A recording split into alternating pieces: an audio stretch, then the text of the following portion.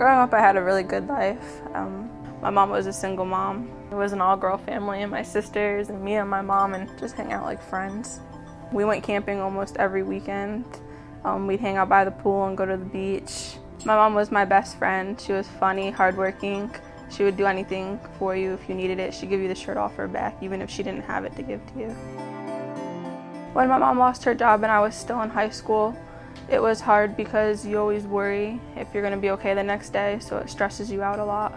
My mom was overweight, so she had a hard time with her blood pressure, but nothing that was really serious. We went camping for Mother's Day every year since we were born, so it was a big deal, and we were there hanging out, and that's when her foot started bothering her.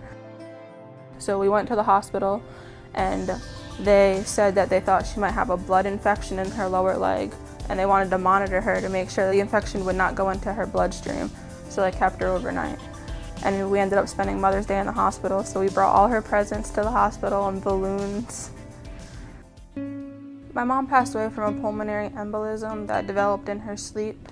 They actually called me on the phone, and the nurse was just very blunt and said, you know, your mom passed away, what do you want to do? I received a call from Brittney in the morning.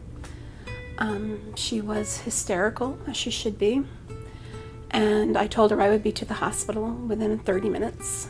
Right then and there, I started getting resources in place for the girls, and then comforting the girls, but going back and forth between being the aunt and being somebody to get resources going for them, knowing what they needed and what was coming. When my mom passed away, we only had $300 in our bank account, and she didn't have life insurance. We didn't have any money to bury her or to do anything, so the state had to pay for a cremation. And then I had to make a decision for my sisters, because they're minors, what I wanted to do at that point, and where I wanted to send the body, and how to write the obituary. And we lived in a house, the same house, since 2004 when we moved down here. My mom owed money on it. We had only a week to move out before they foreclosed.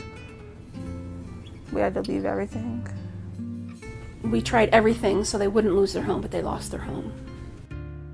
We moved to a small 2-bedroom apartment in St. Pete, only 15 minutes away from where we lived. Catholic Charities helped us get the apartment. They paid the first 3 months and then sent me to a financial advisor to do my budget to make sure I could afford it. So I work full-time and I go to school full-time, and I take care of my sisters full-time.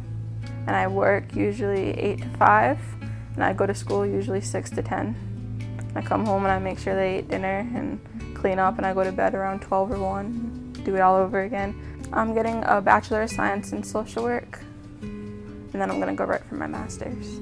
I pay for school with loans, or I take a limited amount of classes, whatever I could afford. My dream for the future is to graduate college, help people who are in similar situations like me.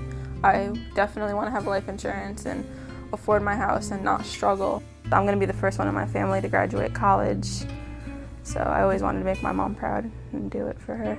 Financially, everyday life is still a struggle. We still haven't got back up on our feet. We still live paycheck to paycheck and make ends meet, but in the future I'm hopeful that we'll be okay.